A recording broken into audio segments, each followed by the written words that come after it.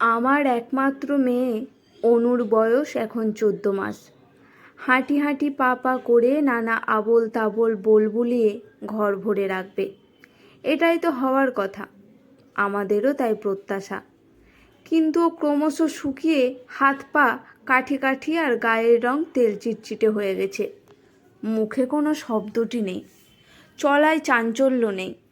যখন অফিস থেকে ফিরি দেখি ক্লান্তিতে ও ঘুমিয়ে পড়েছে। ওকে বড়জোর 9 মাসের শিশুদের মতো দেখায়, খুব অপুষ্ট, পরিশ্রান্ত আর রোগাক্রান্ত।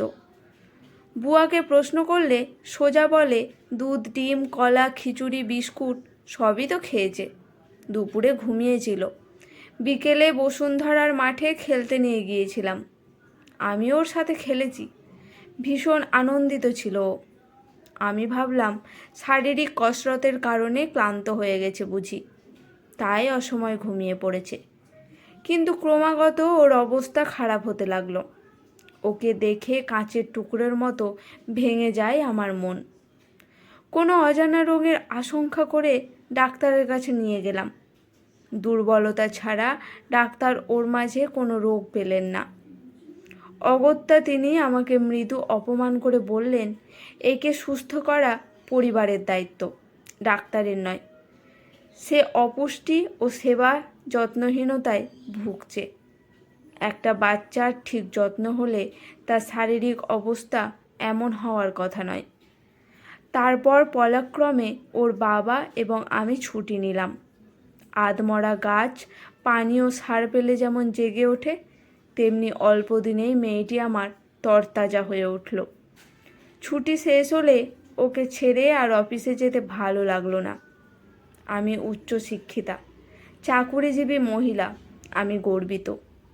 কিন্তু এই কাঙাল সন্তানের দিকে তাকালে মনে হয় আমার মতো দরিদ্র আর কেউ নেই। সমস্ত গর্ব ভেঙে চুরমার হয়ে যায়। আবার চাকুরি ছাড়ার কথা ভাবতেও পারছি না, কেননা একজনের আয়ে ঢাকা শহরে সংসারের ব্যয় নির্বাহ করা একেবারেই দুঃসাধ্য। তাছাড়া সন্তানের টেকসই ভবিষ্যতের কথাও তো ভাবতে হয় আমাকে। আবার মনে হয় ওকে এমন ঝুঁকির মধ্যে রেখে আমি কার ভবিষ্যতের কথা ভাবছি। তারপর যেন আর কিছুই ভাবতে পারছি না। শেষ পর্যন্ত বুয়ার কাছেই ওকে রেখে আবার অফিসে যোগদান করলাম। এবার বুয়াকে অনুর ঘুম খাওয়ার জন্য একটা পরিকল্পিত রুটিনও ধরিয়ে দিলাম। কিন্তু মাস দেড়েকের মধ্যে অবস্থা আবার আগের মতো। আমরা দুজনেই চিন্তিত হয়ে পড়ি, কি করা যায়। সেদিন সন্ধ্যায় বাড়িওয়ালা আমাদের বাসায় আসলো এবং বিনয়ের সাথেই বলল, মা গো, বিদ্যুতের একটু কাজ করানোর দরকার ছিল, মিস্ত্রি নিয়ে এসেছি। যদিও তোমরা অফিস থেকে এসেছো, তোমাদের বিরক্ত লাগবে। দুপুরেও একবার এসেছিলাম, ঘরে তালা ছিল। আমি তাদের কাজ করার অনুমতি দিয়ে তড়িঘড়ি করে ছুটে গেলাম ওর বাবার কাছে। ওর বাবার কাছে কথাটা পারলাম, সেও অবাক না হয়ে পারল না। তাহলে বুয়া বাবুকে নিয়ে কোথায় গিয়েছিল? আমার স্বামী আমায় সান্ত্বনা দিয়ে বলল, তুমি অধৈর্য হও না, ব্যাপারটা আমি দেখছি। আসলে আমরাই ভাগ্যহত, আমাদের মা শাশুড়ি কেউ নেই। পরদিন অফিসে যাওয়ার সময় বাড়িওয়ালা খালুকে বিস্তারিত বলে আমার বাসার দিকে বিশেষ নজর রাখতে বলি। সন্ধ্যায় সেই দুঃসংবাদ শুনতে হলো। আজও সারাদিন ঘর তালাবন্ধ ছিল। তারা আসার ঘণ্টাখানিক আগে বুয়া বাবুকে নিয়ে এসেছে। বুয়ার কাছে কোনো কৈফিয়ত চাইনি, প্রশ্নও করিনি কোনো। সে রাতে দাঁতে দাঁত চেপে রইলাম।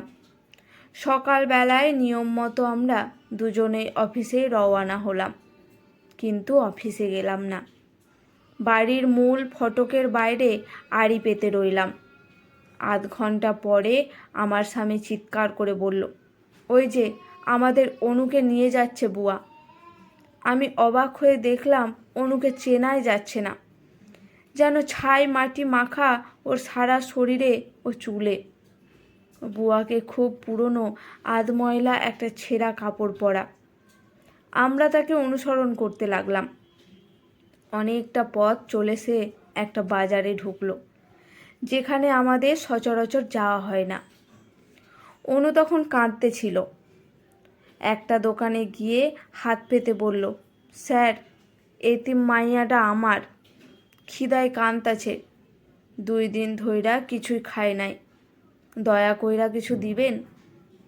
তখন বিস্ময়ে আমার চোখ কোঠর থেকে বের হয়ে আসছিল, মাথা ঝিমঝিম করতে লাগলো। আমি আর দাঁড়াতে পারলাম না, ওর বাবার কোলে ঢলে পড়লাম। এই ঘটনাটি একদম সত্য ঘটনা অবলম্বনে লেখা।